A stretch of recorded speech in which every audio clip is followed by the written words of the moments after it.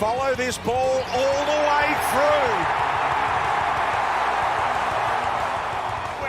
Boy, we saw one of that in last week. Cameron has a shot. It's raining big moments. Umpire suggests that he goes. He does. Gets within 52 metres out. Levi Ashcroft sends a bomb.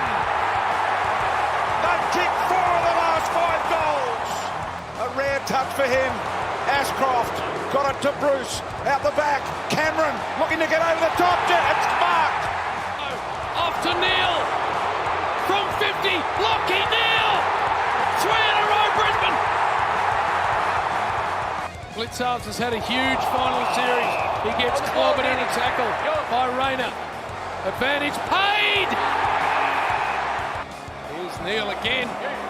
Off to Ashcroft. No way.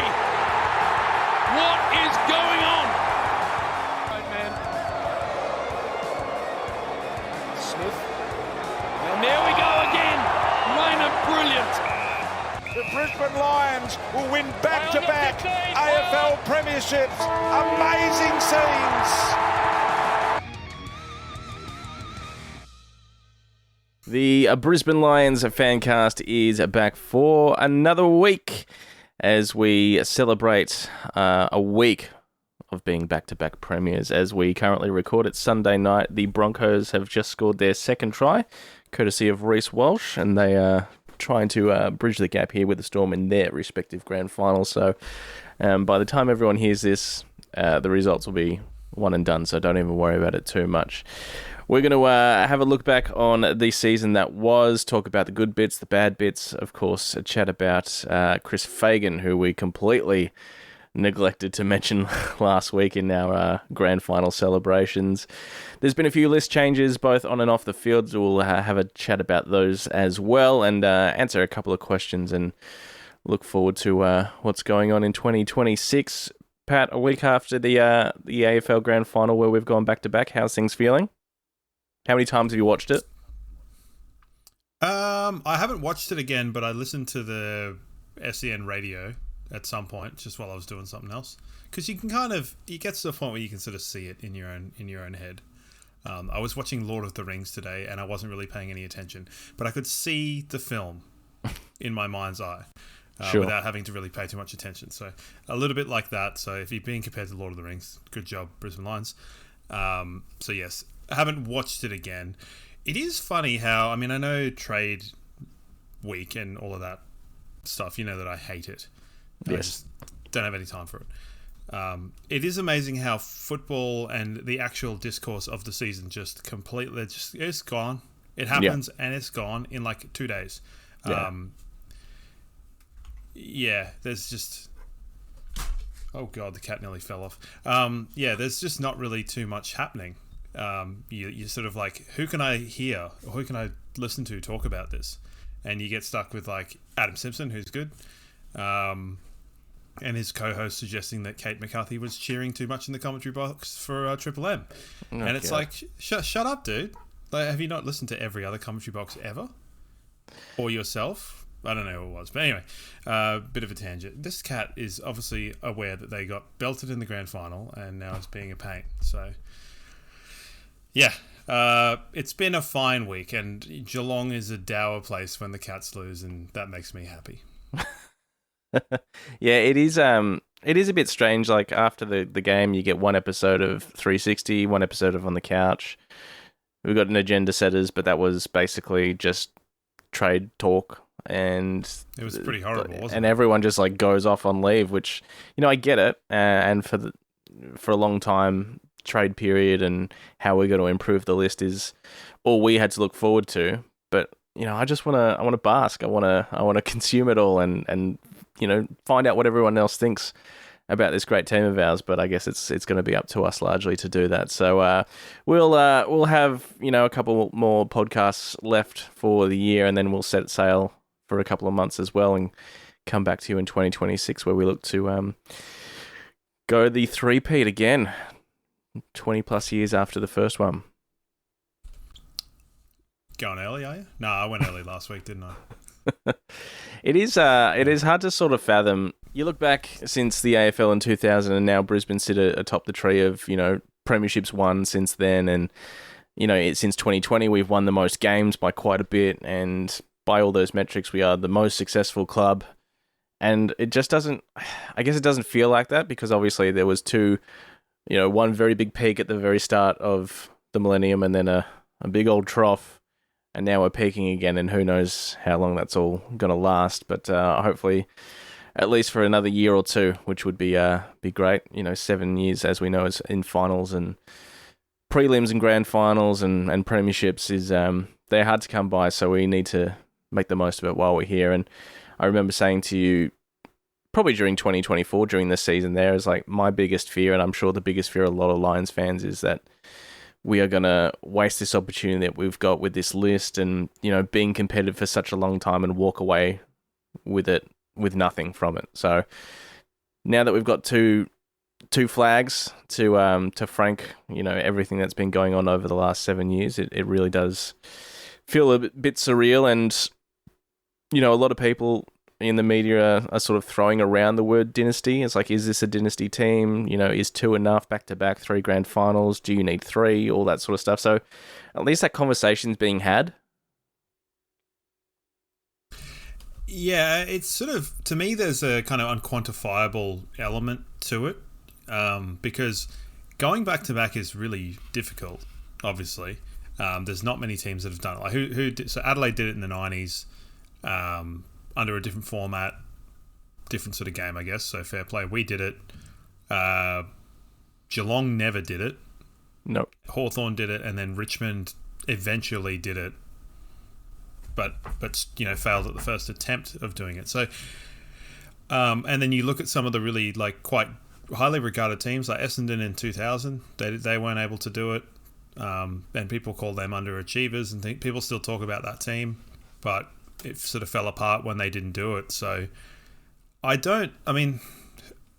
sort of thought is, who cares if you're a dynasty team or you're not? Who cares? Just play what's in front of you and go with it from there. But I think our fear was that we wouldn't win a flag with this group and it would become a bit like the St Kilda team or that. But I'd even look at it and I said, because Port Adelaide were a really good team when we won the three-peat, and obviously they won one in 2004, but they only won one, and I personally think that was still underachieving for what they had at that time.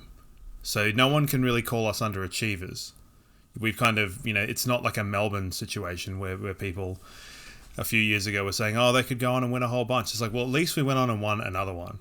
So that shows, and to sort of come to Chris Fagan, for everything that is sort of said about him as a player manager, and the whole tactics on one hand and the relationship or whatever on the other hand is sort of a bit, it's the eternal debate that I think doesn't exist, because surely we can put it to bed now that the team system is good.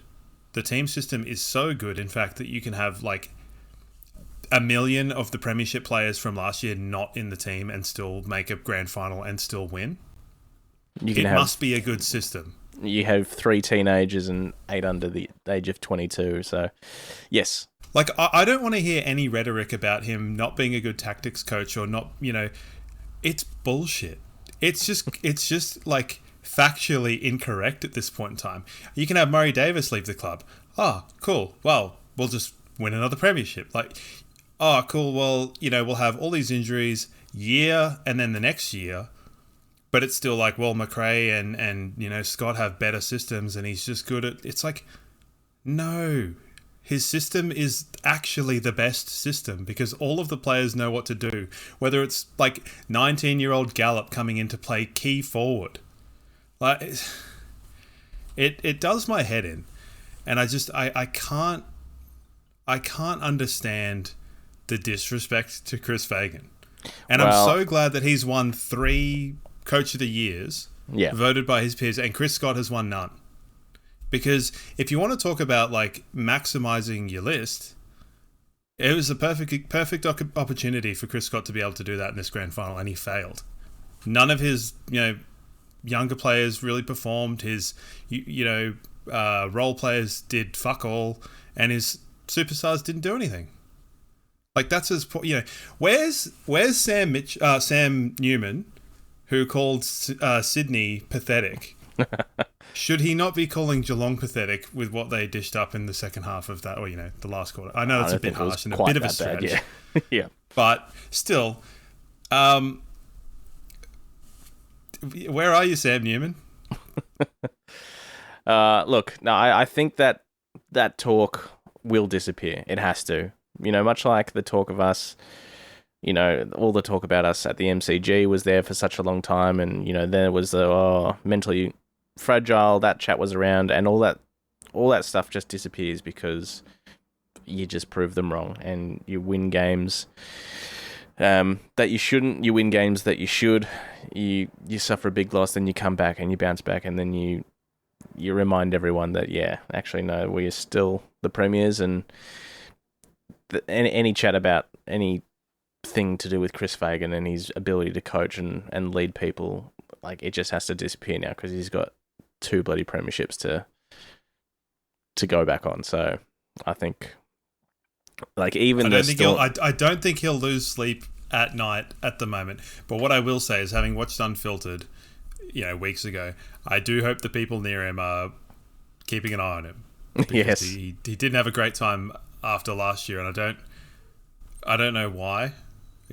Things are things, but I hope he is being looked after by the people around him and the players of the team, maybe.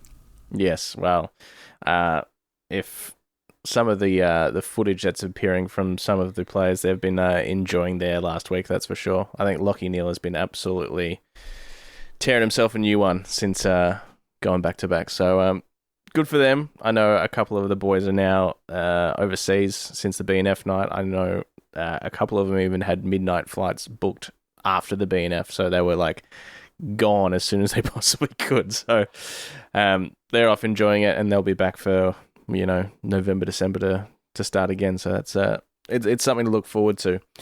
But there's already been a few list changes, as we fully expected.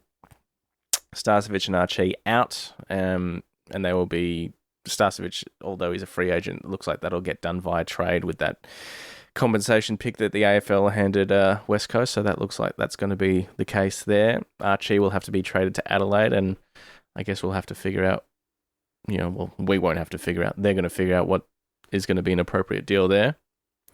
So Archie is a trade, not a no, yeah, he's not trade. A free agent. Yeah. Gotcha. Okay. Of course, Stewie Dew is headed to Port Adelaide, which was sort of flagged throughout the year. Sam Day's retired. Styx Ryan and Darcy Craven delisted at this stage, and obviously the news today that probably isn't a massive shock that Oscar McInerney has decided he's retiring as well, which is it's obviously heartbreaking, but I think we all sort of saw it coming and knew it was a genuine possibility, and the fact that he can walk away as a genuine premiership player now, and I say that even though we all consider him to be a genuine premiership player anyway, is really fitting, and we all love that for Big O. Yeah, I mean, that was not the most surprising of news, but it's still, functionally pretty sad. You're like, yeah, we like that guy. We love him. So, yeah. And I think there's probably a high chance he sticks around at some level with the club, although we did say that about Daniel Rich a couple of years ago, so maybe not. Yeah, hopefully. He had been doing a bit with the AFLW, I believe, ruck coaching. Yes. So, but yeah, Stewie Dew's he's probably a pretty big one, and fair play to him if he wants to go down to Port Adelaide and spend time with his old mate. In my opinion, I mean, I like the idea of a Stewie Dew redemption in the Queensland of it all. I thought that would have been a really funny story, particularly if Fagan had won some flags, handed the keys over to him, and he won a flag before Hardwick with Gold Coast. I thought would have been like poetic justice at its highest. But you're always going to get rated. So, and it is a weird situation because it's sort of the first time in a while we've actually had good players be taken from the club. I know Dan McStay was taken, but that hasn't gone well. No, I And to guess have not. two genuine best 22 players leave the club is, it kind of sucks, but it's got to be, I suppose. Yeah, and I think obviously them leaving as, you know, two-time premiership players makes the bitter pill easier to swallow, and they both gave their all on grand final day and throughout that final series, so they did absolutely everything that you could hope for and ask for from those guys. So they do sort of go with your blessing to a degree. It's not, you know, it's not like McStay, who sort of left when we were on the cusp, and you're sort of like, if you just, you know, 23 could have been different if we had him in the forward line. Who knows? You don't know. So it's fine. You know, Link McCarthy comes back into this team potentially as well, and will play an Archie type role. Noah Answorth will come back into that team and play a Starcevic type role as well. So, you know, we've got cover in the list as it is. And obviously the other news that Sam Draper is officially signed on with us as well as a free agent. So he comes into the team as well. And I think he should be right for a full preseason after that Achilles, because I think he did it really early on, like round 2. So, yeah. I thought it was. I've heard mid-April for a return date. So yeah, I wouldn't have thought it was going to be that late, but who knows? Because I believe Achilles are full years, just about. I thought it was a 9 months type job, but yeah, I mean, what do I know? Also, what do I know? So, I mean, it will be curious to see when he returns, but at the same time, probably could just look it up. I don't know. So. Yeah, we have got a few that will be on the way back. Obviously, Eric's got quite a long recovery ahead of him, which, you know, is it the sort of thing where you just dependent on how things are going, you proceed with caution with him and give him the opportunity, because he's had a pretty rotten spell. Yeah. Really since he did his first ACL.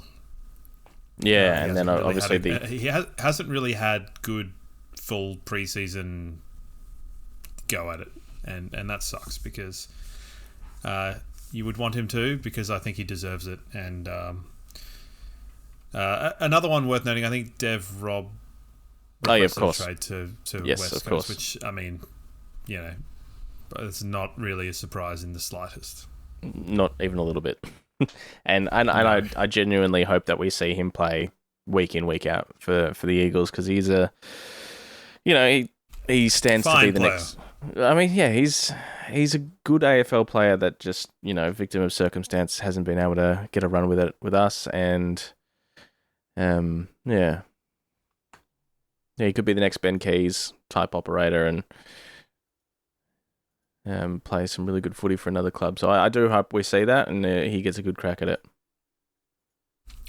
Yeah, it could be. I mean, Jackson Pryor, he's played a lot of games since he moved here. He finished top 10 in Essendon's BNF by virtue of literally just being there. It was just default, surely. Like, you played all the games so that yeah, shit, Essendon. Did you see Brad Scott was in a sling? I know, that's crazy. Well? How funny. Like, you can't make this up. It completely typifies what Essendon's going through at the moment. So, yeah, those are the list changes as it stands at this point. By the time people are listening to this, there's every chance that Oscar Allen, that news has come through as well. I would have thought that was going to be pretty early on, so that's going to happen at some point.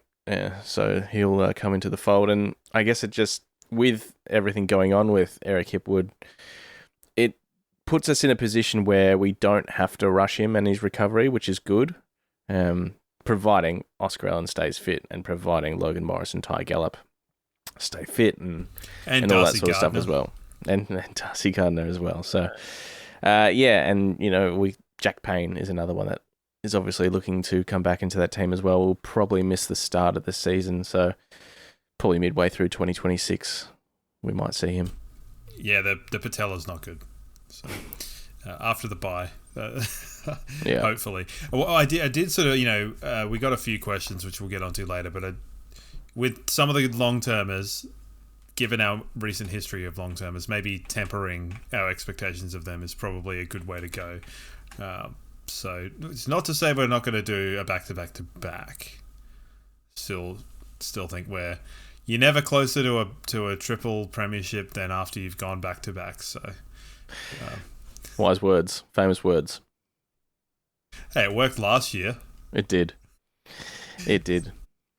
All right, let's have a look back on season 2025 and just a couple of the games that stood out to you, best and worst. A couple of the good wins, a couple of the, Well, I don't really disappointing feel losses. like doing worst. Okay, well, I'll fill that hole for you if you like.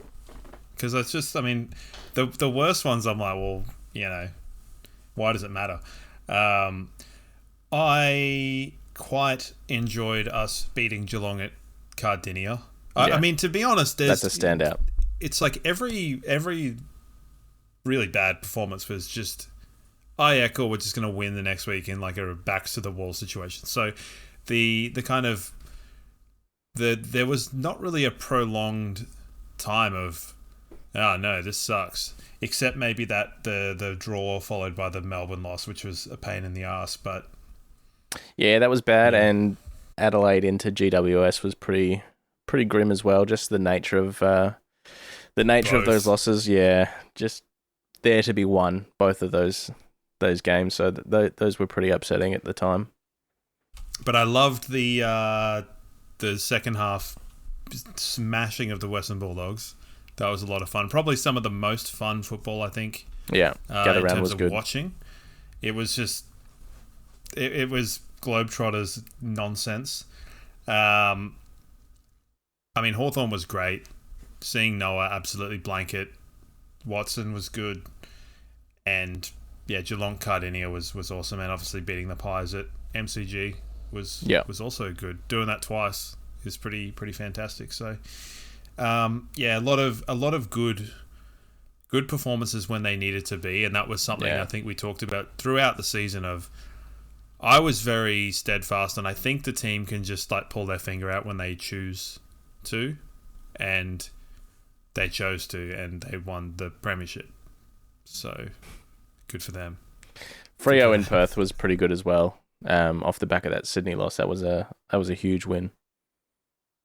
Yeah, I know, but it's Jared Berry got hurt, so that makes it an A- at best for me. Still. Yeah, those are probably the big ones. In terms of players, who probably impressed you the most or surprised you?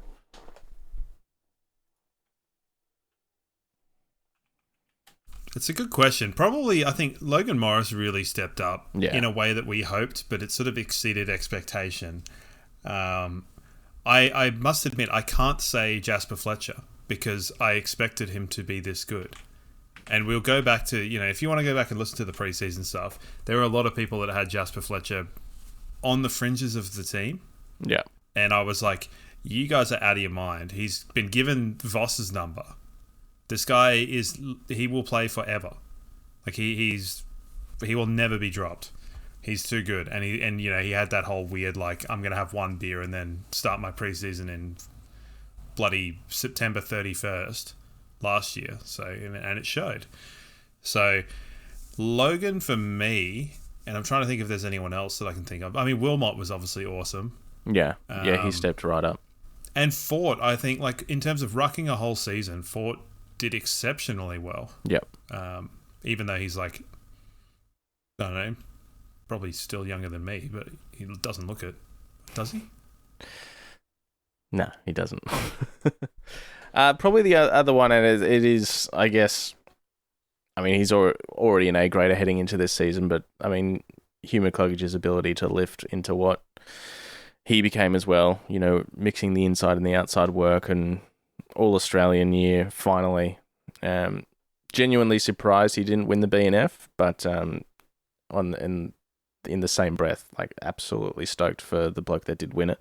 And we'll have a chat about the awards a little bit later on in the show as well. But yeah, those three are probably the most. Yeah, so Logan Morris, the biggest step up, Jazzy Fletcher as well, and then Hugh. I'm surprised that Levi did play every game and fit in seamlessly, just about. Never did anything terribly amazing, but was pretty consistent across the season. And he saved some of his best footy for the finals as well, especially that first half against Geelong. I thought he was really good. He had definitely some really good moments in the season. I think it'll go down as a really sneaky, underrated first year. If you probably look at it statistically for someone playing on the wing, and then to see him, I sort of waxed lyrical about it a bit last week about how he sort of was just able to continue. Like players normally drop off, they need a rest. It's sort of, you can tell it's the back end of their season, and you go, oh well, they need a rest. They're young, but the dude just kept going.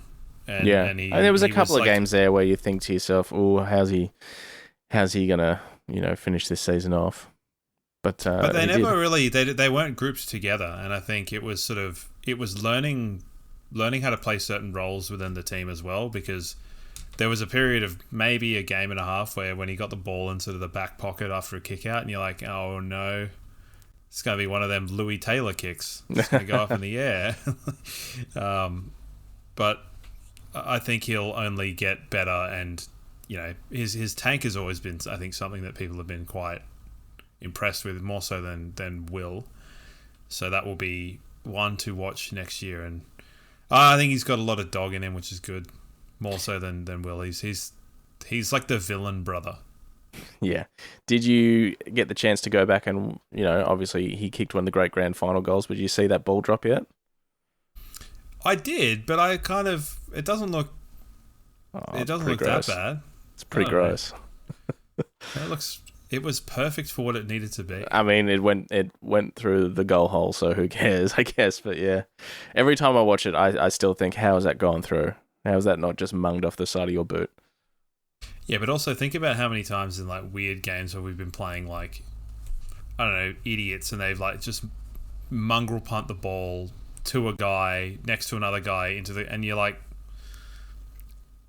he didn't even mean to do that. So he meant to do it. He just somehow got away with it. So I don't want to hear any more about this ball drop. Okay, all right, it was no perfect. More.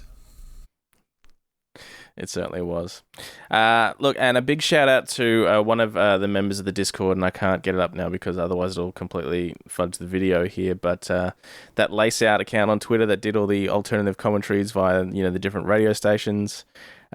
Someone who listens to our show has gone to the effort to compile them all and put them in a Dropbox, which has been absolutely fantastic. So a big shout out to you, and also Josh Mofo. There you go, Josh. You absolute legend. You. A legend, but also if you could get the prelim, that'd be good too. Even if it's the last quarter, I would quite enjoy that. It looks like that guy that is responsible for syncing all the commentary. He went dark since July, and he only came back just to do the grand final, thankfully. And Jenny Letts as well. Big shout out to you for shooting us some money through our tip jar, and you can always do that at our website, Facebook, or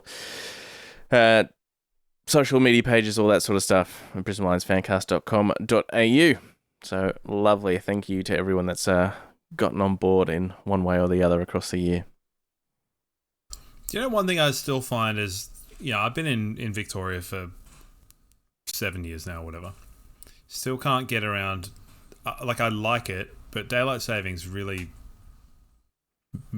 screws me up. It's 1 hour, and I'm just like, what? Yep. I'm sitting there just faffing about, and you're like, oh shit, it's 8 o'clock.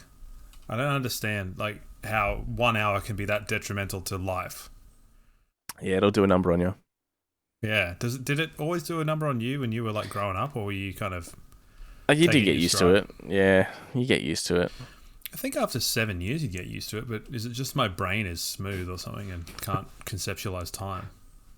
How long did you, speaking of your smooth brain, how long did you keep the cornrows for? Because they're gone now. About 2 hours after the podcast last week. Really? Wow, that's a lot of effort for a very temporary situation. Well, I wasn't going to, I told you it was pretty awkward going to the petrol station.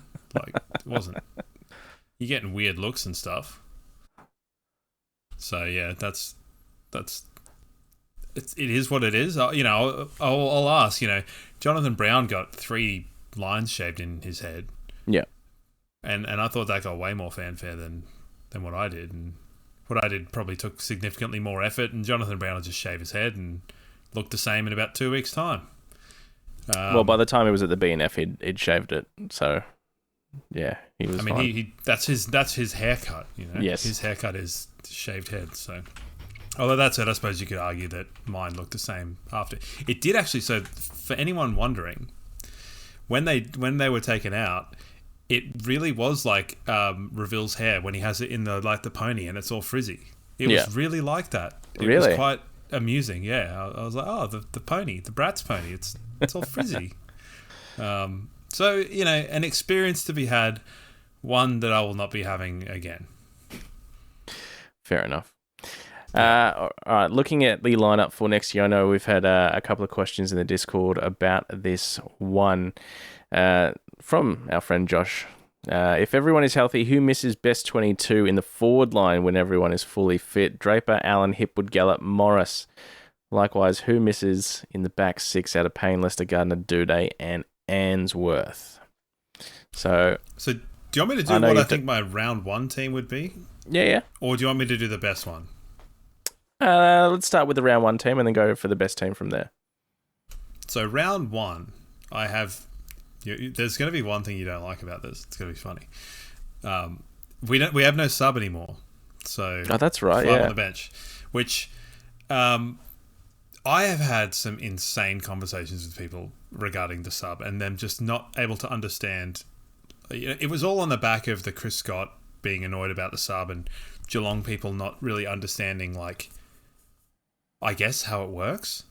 Because, you know, if there was no sub and there was just a floating interchange, it would have actually benefited us because we had Marshall doing nothing on the bench. Anyway, neither here nor there. The back line, we've got Lester, Harris Andrews, Gardner, Wilmot, Shadow Brain, and Kadeen Coleman. Right. Okay. Then in the centres, we got Bailey, Neal, Berry, and then Fort, Dunkley, and McCluggage. Forward line, Rayner, Charlie Cameron, McCarthy, Gallup, Allen, Morris. And then on the interchange, I've got Fletcher, Ashcroft, Lohman, Zorko for round one. And so the ones that I've gone injured, not there, Answorth, Payne, Hipwood, Draper. And the extras, which are people that I think probably could feature in the team but haven't in mine, I've got Reville, Marshall, Annabelle, Duday, and Henry Smith. Yeah, okay. Thoughts? It seems fair. It seems about right if, you know, what you're saying in terms of the, you know, who's available and who's not. It makes sense. I think Draper might be available. He'll just be in for Fort. Yeah. In my opinion. But yeah. The best team with everyone involved, like I've got a piece of paper here, look at that. Yeah. It's got lines and all sorts of stuff going on. The best I've got Lester, Harris, Jack Payne, Wilmot, Answorth, Coleman, then Bailey, Neal, Berry, Draper, Dunkley, McCluggage, and then in the forward line I've got Charlie with a question mark, Rayner, Link McCarthy, Eric, Allen, and Morris. So no Gallup. No Gallup, right. And then on the interchange I've got Fletcher, Ashcroft, Lohman, and then Zorko / Marshall. Okay, yeah. Once again, quick to get rid of Dane Zorko again for another year. Okay, I think Coleman is a better player. I think, yeah, hopefully with the preseason, Coleman will. Oh man, I think we can all just sit there and hope that we're going to get some sort of footy out of Kadeen Coleman in 2026. Hey, have you Guav put up that video of all of Cam Rayner's goals? It went for like an hour and 15 minutes or what. I started watching it at about 12:20 at night, so it was a long one for me. And it had a couple of Kadeen Coleman. Just, he is such a good kick. It's so nice to watch. I want to watch that guy play football because it is really nice. Zorko is like angular and abrasive, and it is good. But Coleman is like, you like lean back. That's how good it is. You lean back and it's just like, oh, look at that. I do Whereas remember, you're like, yeah. you know, the one game he played this year and his first kick, and you just like, oh, God, can't believe we've been living our lives without this for the last 18 months. I actually think that the removal of the sub rule probably works not in Dane Zorko's favour, which is a little bit unfortunate because you don't know where the team is going to be or where they're going to need run. But he is a absolute nutbag, so good for him. But yeah, that's what I have as my best 22 with everyone fit, and he's still in there. It's just a bit of a, well, do you want a bit more run or do you want to, you know, you've got like the youngest dude and the oldest dude, so yeah, that's a fair. No, it makes sense. And then, you know, it's just a question of the bodies holding up, especially in that forward line. You know, obviously Draper's got his injury history. Oscar Allen definitely has his injury history, and as we know, Eric Hipwood. So, you know, there's every chance that all three of those are going to miss time across 2026, and luckily we've got a fella named Ty Gallup sitting there waiting as well, and Henry Smith. Yeah. And I think hopefully with the plethora of players at our disposal, we'll be able to kind of change. And, you know, I think we'll probably get used to, we'll hopefully get used to the idea of players being omitted and it not being they were dropped. It just being like, oh, they're rested. It's just a bit of rotation, you know. Sometimes it's going to be Henry Smith. Sometimes it might be whatever. Just get him in there playing some football. Rotate him around, keep him fresh. So that they don't have to like play with like 3 shoulders that don't work and stuff like that. The Shadow Brain is, I guess, a bit of an interesting one because obviously he didn't feature for us at all this year, which I guess was a bit of a surprise considering that backline did have its fair share of injuries across the year, and he played obviously a handful of games last year, including, did he play a final? Maybe not. No, he played that 1 point loss to Collingwood and then was not cited again. That's right. Yeah, we got Answorth and it was gravy from there. But yeah, you've got him in the lineup for round 1, which, you know, everyone's got a pre-season to make their case and put their name forward. So I'm guessing he's going to be wanting to do that. You could also make a case for Duday to be there and then Lester to kind of play the Starcevic role, because I think Lester's actually Starcevic is obviously very unique, you know, playing taller or smaller and being good on the ground, being strong in the contest. Like, Lester does tick all those boxes. He's just, like, getting old as well. And I think Brain is sort of, as much as anyone, a defender first player. So, you never know. We'll wait and see. That's just what my initial hunch is. But I said a couple of years ago, I thought Harry Sharp would have a good season, and I don't think he played. So, what do I know? That's right. What do you know? And did he? No, I don't know if he got delisted by the Ds. I know Tom Fullerton did, so we'll see. Well, poor Tom Fullerton. There's a bit going on at Melbourne at the moment. I thought he was going to be the next Grundy at some point in time. When we had Fullerton and Archie Smith, I was like, oh yeah, it's going to be like having, I don't know, Grundy and Gawn together, and then we saw Grundy and Gawn together and it's horrible, so maybe we're glad that didn't happen. I don't know. Tell us about the BNF, dude.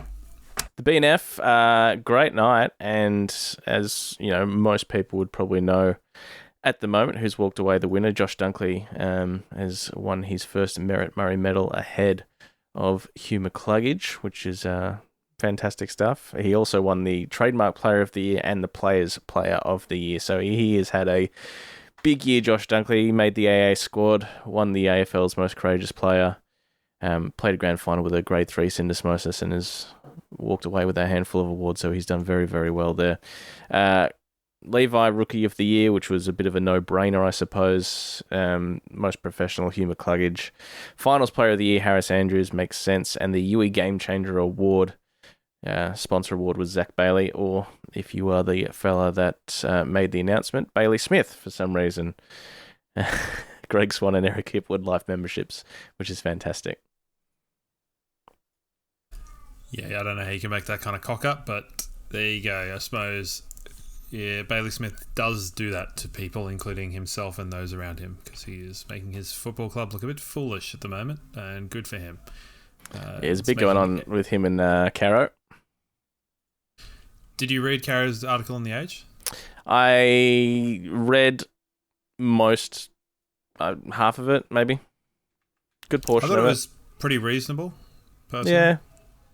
I don't know what he did. Like, I don't know what the thing is that she's actually referring to. Like, I didn't see the post that she's...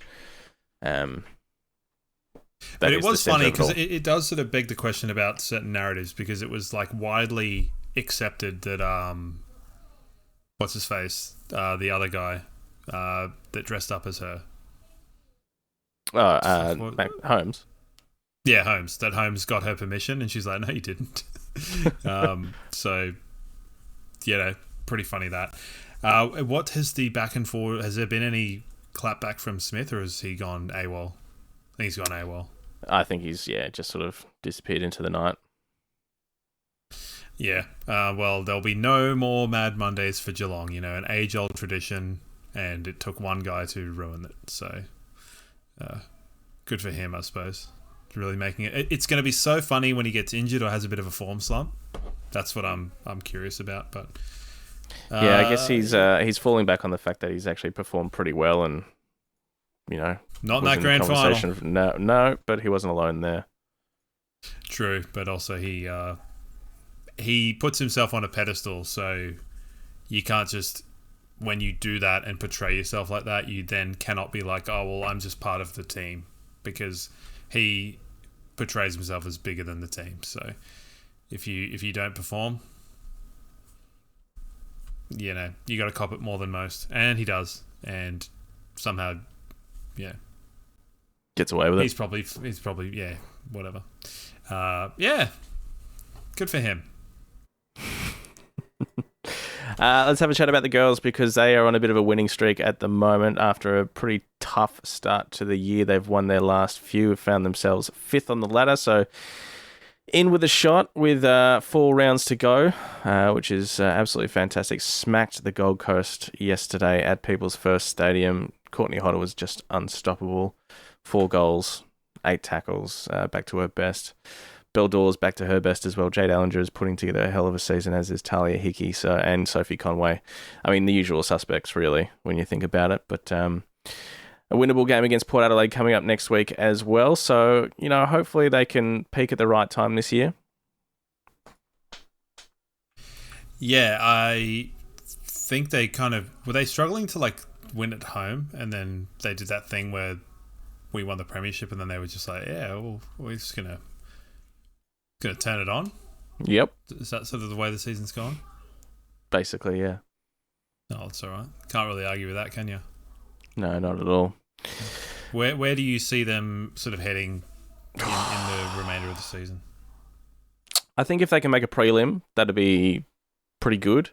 Obviously North Melbourne is just unstoppable. Hawthorn is going to be up there again this year as well. So I think it'll be a North Melbourne Hawthorn grand final if I'm putting money on it at this point. Melbourne's thereabouts, but so is Carlton. West Coast is overperforming at this stage, I would say. And Sydney could be there as well. They're just sort of, I don't know, losing a couple of key matches that they probably shouldn't. So, yeah, Kangaroos and Hawthorn the standout. Beautiful. But no one's stopping North Melbourne. They're just invincible. What is it that makes them distinctly different? I mean, their list is fantastic. They've got no holes. They've got arguably the best player in Jazzy Gardner in that list as well. And then they've got a couple of some of their Irish recruits, Vicky Wall and that other girl I've completely forgotten the name of. They just can't miss. They got Randall up there, Talia Randall up there as a good key forward. And they're just a complete team. They're really strong in the air, and their running power is just unbelievable. Because if I take my mind back to the grand final last year, it just seemed like their defensive structure and system was so well drilled. Whereas I think the Lions at the time were trying to sort of rely quite a lot on the individuality of it all.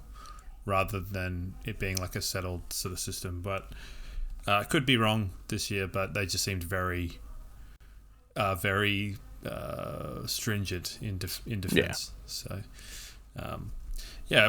we'll see how that pans out, I suppose. Definitely. In terms of off-season, there's obviously lots of big names floating around. Charlie Curnow is probably the biggest one of those. Petrarca, Oliver. Again, their names are being thrown around this time a little bit more seriously. Petrarca has said he wants to go to the Gold Coast Suns, apparently. Bailey Humphries also. Bailey Humphries' name is being thrown up, which is... If I was Gold Coast, I would not want to lose that guy, I tell you what. No, definitely. No, I'd want to hold on to him. If it meant losing Petrarca, probably, yeah. I'd take Humphrey over Petrarca, to be honest. It's hard because you're going on potential, and it's sort of like the Suns looking to win a flag here and now. Maybe. Yeah, but you're maybe also going on head's potential with Petrarca too, Yeah. because he hasn't reached anywhere near where he was before the injury, and it's sort of a goodwill thing. And I think they don't want for much in the midfield, in my opinion. No. So I think the Humphreys, they play basically the same way, I guess. So, but I think Humphrey probably should be cheaper and established. I don't know. I'd take Humphrey. What would you take? Yeah, I think I'd probably lock away Humphrey if I could. And Curnow, so it's really funny because watching that 360 episode last Monday where they were sort of talking about the trade and merit and all of that, and Jared Waitley, the little weasel that he is, he basically said to every trade, he should stay and give it a go, until it got to Curnow, and it's like, nah, he should seek a fresh start at Geelong, and it's like, bro, shut up. Like you've quite clearly got your little happy hat on there. It's like, clearly Petrarca needs to leave Melbourne, and clearly Zach Merritt does not want to be at Essendon. Oh man, that whole situation's a nightmare.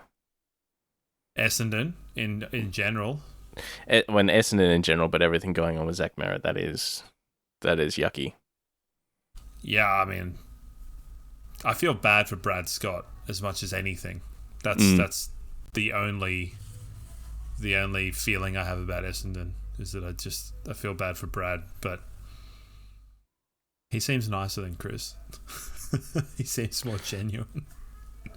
But yeah, you know me, trade can I don't love it, but that's fine. I understand people also like it, and I keep reasonably abreast with it. Yeah, I mean, it's the only thing that's sort of keeping us tied to the men's season of the AFL at the moment, and it's worth a lot of money to those. I'm just in it for the memes and the funny comments as much as anything. So there'll be plenty of those. There are lots of them.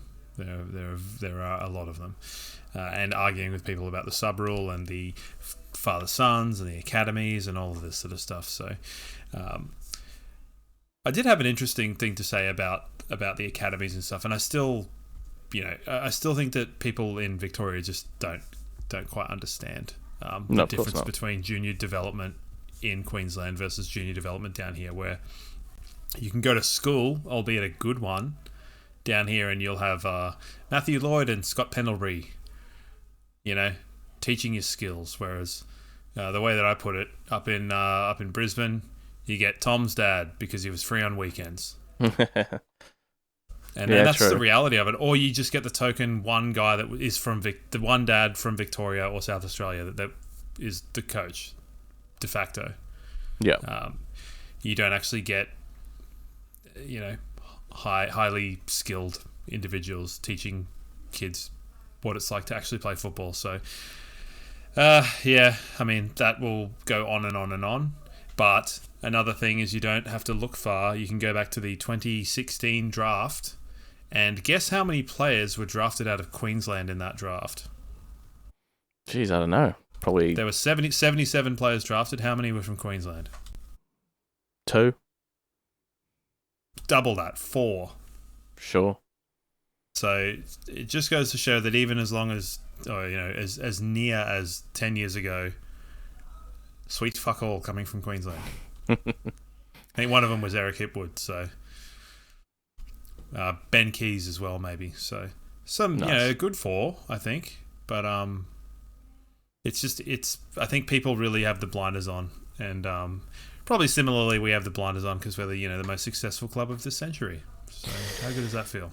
Yeah, I mean, it makes sense, and I guess I can put myself in the shoes of, people that go for other teams, and it would be frustrating to sort of watch. It was, like when the Bulldogs got Jamari Ugle-Hagan, and they got Tom Boyd as well in the right time as well, and you're just sort of like, God damn, who's going to stop these guys? I mean, obviously it didn't last and whatnot. Themselves? Yes. But no, I mean, it takes a long time to do that, and I think, I mean, if the Victorians want to set up their own academies, then they have to basically just eliminate the playing of AFL from the school system. That's the way you can do it, and that's just not going to happen, because I went to the under 14s schools carnival down in Geelong last year, and because it's not really played in schools in Queensland, it is, but it's not really. Only a couple. And I mean, Victoria and South Australia walked it. Like they were belting every team because they're the actual best teams, whereas you have to go to the club teams and then go to districts and go to Met North or Met West or whatever that shit.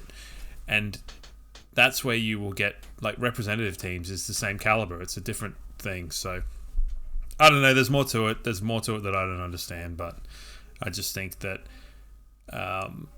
there's a dichotomy, because I think that the northern state people don't understand the traditionalistness of the Victorian and South Australian, and even to a degree West Australia, but I've never been there, so I don't care. You can just keep going as far as I'm concerned. There's that. So there's the northern ones not understanding the traditions of the game, and the ones from Victoria and South Australia not understanding how like cooked it is up there. Yep. And it's kind of, the arguments are almost the same, but in opposite. It's quite hilarious.